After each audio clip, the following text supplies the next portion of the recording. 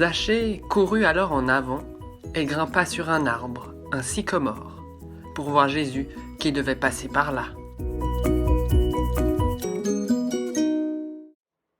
Comme Zachée, moi aussi, je suis monté dans un arbre. Et vous savez quoi?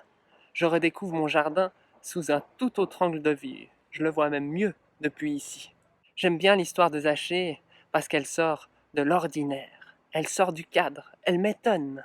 Zachée aimerait voir Jésus, mais comme il est petit et que la foule est si grande, c'est problématique. Alors, il court, il grimpe sur un arbre, et depuis là, il attend Jésus qui vient. Et Jésus qui passe par là, entouré des milliers de regards de la foule, il s'arrête. Et il voit le regard de Zachée qui sort du cadre sur son arbre. Alors, une rencontre inattendue a lieu. En ce temps de l'Avent, j'aimerais bien moi aussi rencontrer le regard de Dieu ou celui d'un ange, vivre un temps stimulant dans mon cheminement spirituel. Mais la période que nous traversons est difficile, anxiogène. Chaque jour des nouvelles statistiques de contamination, chaque jour des nouveaux chiffres semblables à des foules entières. Moi aussi, comme Zachée, je me sens petit face à cela.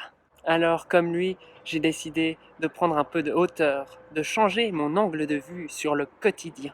Oui, au lieu d'être comme hypnotisé par les mauvaises nouvelles et les chiffres de toutes sortes, j'ai envie de changer l'axe de mon regard pour voir plus loin, pour voir plus haut, pour contempler autour de moi des étincelles d'espérance, des sourires de tendresse, pour être témoin des petites merveilles du quotidien qui existent bel et bien, mais qui passent souvent inaperçues.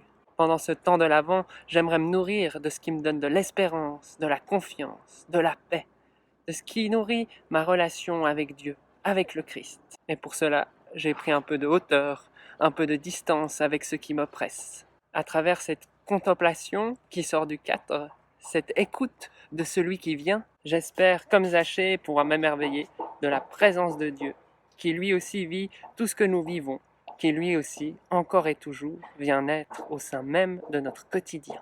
Allez, je vous laisse. Je crois qu'il y a quelqu'un qui arrive dans mon jardin.